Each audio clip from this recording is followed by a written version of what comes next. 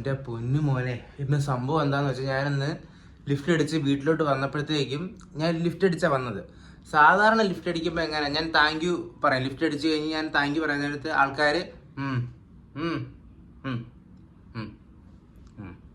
ശരി അങ്ങനെയൊക്കെയാണ് പറയുന്നത്. പക്ഷേ ഇന്ന് ലിഫ്റ്റ് അടിച്ച് കഴിഞ്ഞ് ഞാൻ ചെറുക്കൻ്റെ അടുത്ത് താങ്ക് യു പറഞ്ഞു ഉടനെ ചെറുക്കൻ വെൽക്കം ബ്രോ അങ്ങനെ പറഞ്ഞു.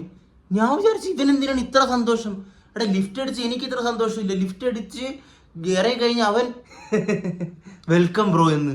എടാ ഇവൻ്റെ ആ സന്തോഷം കണ്ടപ്പോൾ എനിക്ക് തോന്നിയത് ഇവൻ എനിക്ക് ലിഫ്റ്റ് തന്ന് എന്നെ ഡെസ്റ്റിനേഷനിൽ വിടുന്നെന്ന് പറയുന്നത് ഇവൻ്റെ ഒരു ജീവിതാഭിലാഷം, ഇവൻ്റെ ഒരു ബക്കറ്റ് ലിസ്റ്റ് കംപ്ലീറ്റ് ചെയ്ത പോലെയായിരുന്നു അവൻ്റെ റിയാക്ഷൻ. ഇത്രയും ചിരിക്കേണ്ട എന്താ ആവശ്യം അവിടെ ഉള്ളത്?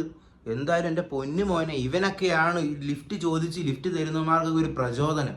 വേറെ എത്ര പേരുണ്ട് മോനെ ഇങ്ങനെയൊക്കെ കാണിച്ച് അങ്ങ് വിട്ടങ്ങ് പോകും. ഇവനെ പോലൊക്കെ ലിഫ്റ്റ് അടിച്ച് അത് ഇത്രയ്ക്ക് സന്തോഷമായിട്ട് നമ്മുടെ അടുത്ത് പറയണം, അങ്ങനൊക്കെ ചെയ്യുന്നവരാണ് മോനെ നമുക്കൊരു സന്തോഷം, പ്രചോദനം. അവൻ എവിടാണോ എന്തോ. എന്തായാലും നന്ദി മോനെ, ഒന്നും പറയാനില്ല.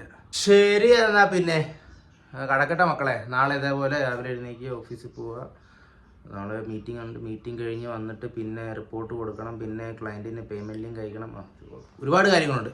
അപ്പോൾ ശരി, ഗുഡ് നൈറ്റ്, ബൈ.